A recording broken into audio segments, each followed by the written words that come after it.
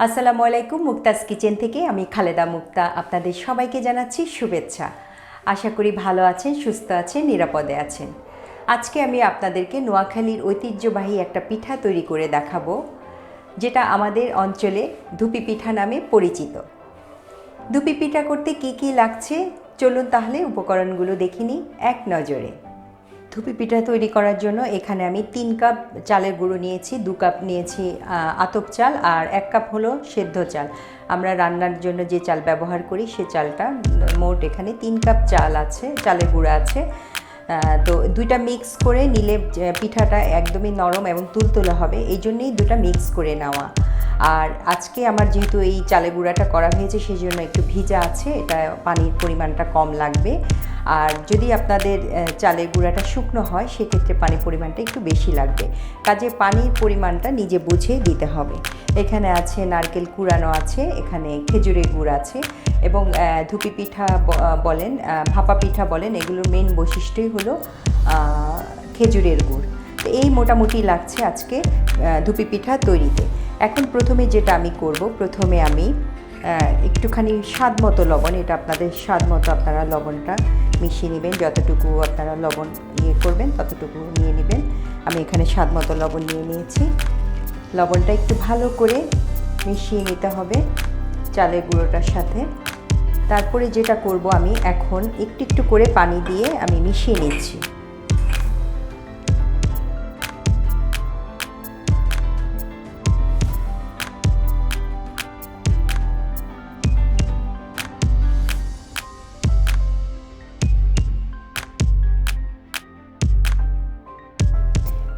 এভাবে যতক্ষণ পর্যন্ত একটা জমাট না বাঁধে ততক্ষণ পর্যন্ত আমাকে একটু একটু করেই কিন্তু পানি মেশাতে হবে।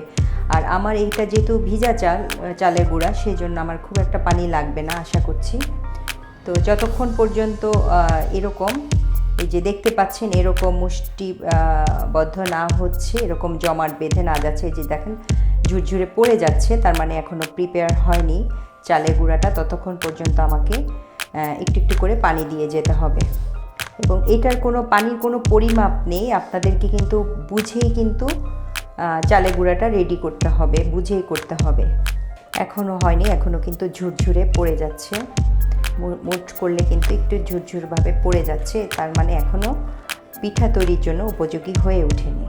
আর এটা কিন্তু হাত দিয়ে করতে হবে। আমি আরেকবার একটু মুঠ করে দেখছি হচ্ছে কি না। হ্যাঁ, এখন অনেকখানি জমাট বেঁধে গেছে, আর এভাবে একটু চাপ দিলে পড়ে যাচ্ছে, তার মানে আমার চালের গুঁড়াটা এখন পিঠা তৈরির জন্য রেডি হচ্ছে। এখন আমি যেটা করব, আমি ধুপি পিঠা সেহেতু আমি গুড় এবং নারকেল কুড়ানোগুলো আমি একসাথে দিয়ে নিব। আমি একসাথে চালের গুঁড়ার সাথে মিক্স করে নিব। আর এটা আপনারা সব সময় খেয়াল রাখবেন, মিষ্টিটা এবং লবণটা এটা নিজেদের স্বাদ মতো দিয়ে নিতে হবে, তাহলে কিন্তু খাওয়ার স্বাদটা বেড়ে যাবে কিংবা টেস্ট পাওয়া যাবে। আমি এখানে যতটুকু আমি মিষ্টি পছন্দ করি আমি ততখানি মিষ্টি দিব। আমার মনে হচ্ছে যে আরেকটু মিষ্টি লাগবে, আমি যেহেতু একটু মিষ্টি বেশি পছন্দ করি, আর একটু মিষ্টি দিয়ে নিচ্ছি, চালের গুঁড়ার সাথে মিশিয়ে নিচ্ছি। এরকম দানা দানা হয়ে যাবে। এখন যেটা আমি করব, আমি এগুলাকে একটু চেলে নিব, একসাথে চেলে নিব। চেলে নিলে যেটা হবে যে মিহিদানার মতো একদম সুন্দরভাবে চালা হয়ে যাবে, আর চালের গুঁড়াটা পিঠা তৈরির জন্য উপযোগী হয়ে যাবে। আমি এরকম একটা স্ট্রেনার নিয়েছি, বন্ধুরা দেখতে পাচ্ছেন। আপনারা চাইলে আপনাদের বাসায় যে ধরনের স্ট্রেনারে থাকুক, একটু বড় ছিদ্রিওয়ালা হলেও কোনো অসুবিধা নেই, ওইটা ব্যবহার করতে পারেন। আমার বাসায় এটা ছিল তাই আমি এটাই ব্যবহার করছি। তো বন্ধুরা, আমি এইভাবে পুরোটা চেলে নিব। পুরা চালার পরে আমি আপনাদের দেখাবো। বন্ধুরা, চেলে নেওয়ার পরে দেখতেই পাচ্ছেন যে এই যে এরকম হবে, চালের গুঁড়াটা কিন্তু এরকম হবে, মিহিদানা মিহিদানা মতো করে হবে, যেহেতু গুড় মেশানো সেই জন্য এরকম একটু বড় দানায় থাকবে। আর খেজুরের গুড়টা আপনারা চাইলে কিন্তু খেজুরের গুড়টাকে একটু চুলোয় দিয়ে পানি দিয়ে একটু লিকুইড করে নিলে মেশাতে আরও সুবিধা হবে, সেটাও করতে পারেন। তো ঠিক আছে, চলে যাই তাহলে, আমি মূল প্রসেসে চলে যাচ্ছি। আমি প্রথমে একটু নারকেল নিচে দিয়ে নিব। নারকেল যেহেতু আমি খেতে পছন্দ করি, এই জন্য আমি একটু নারকেলটা নিচে দিয়ে নিচ্ছি। তারপরে উপর দিয়ে আমি খুব আলতো হাতে কোনো চাপাচাপি করব না, আলতো হাতে চালের গুঁড়োটাকে ঢাকনাটা ভরে দিচ্ছি। আর আমি এই ধরনের ঢাকনা দিয়েছি, আপনারা চাইলে যে কোনো ঢাকনায় কিন্তু ইউজ করা যাবে, বা যে কোনো সাজ বা যেটাই করে আপনি দিতে চান সেটাই করা যাবে। আমি জাস্ট আলতো করে এটা করে নিয়েছি। আর এরকম একটা নেট ব্যবহার করছি। আপনারা চাইলে মার্কিং যে সাদা কাপড়গুলো সেগুলো দিয়েও করতে পারেন, কিংবা পাতলা যে কোনো কাপড় দিয়েও করতে পারেন।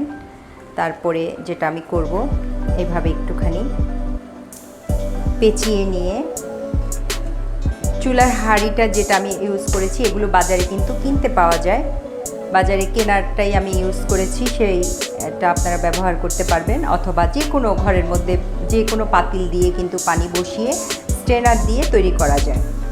আমি একদম মাঝখানে মিডল পয়েন্টে আমি দিয়ে নিলাম, দিয়ে জাস্ট একটা টোকা দিব, ঢাকনাটা তুলে ফেলবো। দেখতে পাচ্ছেন যেরকম দিয়েছি অ্যাজ ইট ইজ সেরকমই আছে। এখন চারপাশ থেকে নেটটাকে মাঝখানে নিয়ে আসবো, নিয়ে এসে ঢাকনা দিয়ে ঢেকে রাখবো। ততক্ষণ পর্যন্ত আমি রাখবো যতক্ষণ পর্যন্ত পিঠাটা তৈরি না হয়। এই ফাঁকে আমি যেটা করব, এই ফাঁকে আমি আরেকটা পিঠা তৈরি করে নিচ্ছি। প্রথমবারের মতোই প্রথমে একটু নারকেল দিয়ে নিচ্ছি। নারকেলটা অপশনাল, আপনারা চাইলে দিতে পারেন, আর না চাইলে কিন্তু নারকেলটা বাদ দেওয়া যাবে বন্ধুরা, কারণ এটার মধ্যে সব কিছুই কিন্তু দেয়া আছে। এভাবে নিয়ে নিচ্ছি, নিয়ে খুব আলতো হাতে জাস্ট বাড়তি যে চালের গুঁড়োটা আছে ওটা ফেলে যাচ্ছে, এটা ফেলে দিচ্ছি এতটুকু। আমি একটু ঢাকনাটা তুলে দেখছি যে পিঠাটা হয়েছে কিনা। হ্যাঁ, পিঠাটা একদমই হয়ে গেছে। এখন আমি একটু নামিয়ে নিচ্ছি। দেখতে পাচ্ছেন বন্ধুরা কত সুন্দর হয়েছে, একদম যেরকম দেয়া হয়েছে সেরকমই। এখন যেটা আমি করব, আমি আরেকটা পিঠা দিয়ে দিচ্ছি।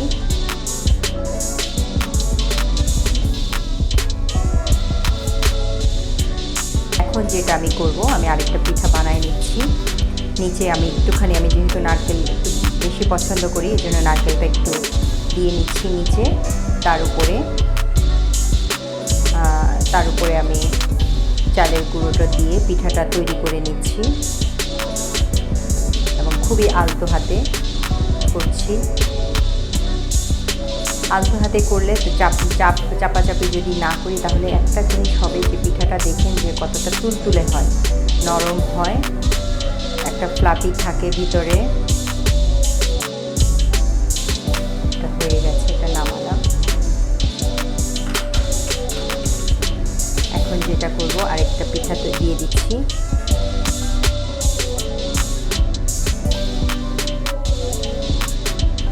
আরেকটা পিঠা তৈরি করছি।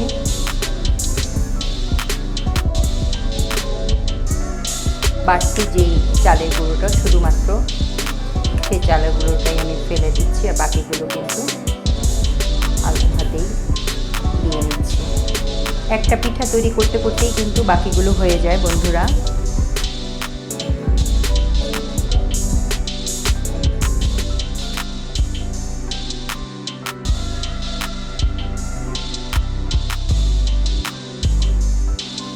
ঢাকনা দিয়ে দিলাম, আরেকটা পিঠা তৈরি করে নিচ্ছি।